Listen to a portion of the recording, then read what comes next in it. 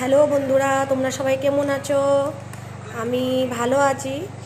আর আজকে আমি দেখো লাঞ্চে বেশি কিছু বানাতে পারিনি, যেহেতু আজকে বৃহস্পতিবার ছিল।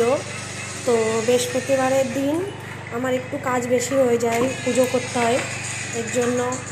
তো আমি আজকে এটাই বানিয়েছি, এই নামকিন চাওয়াল।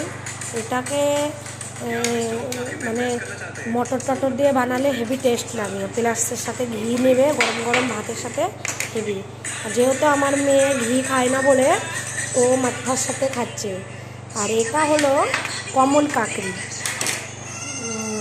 এটা হিন্দিতে তোমার হলো বলে কমল কাকড়ি, কিন্তু এটা বাংলাতে আমরা বলি এটাকে পদ্ম ফুলের সে ডানকিটা হয় না, ওটার সবজি।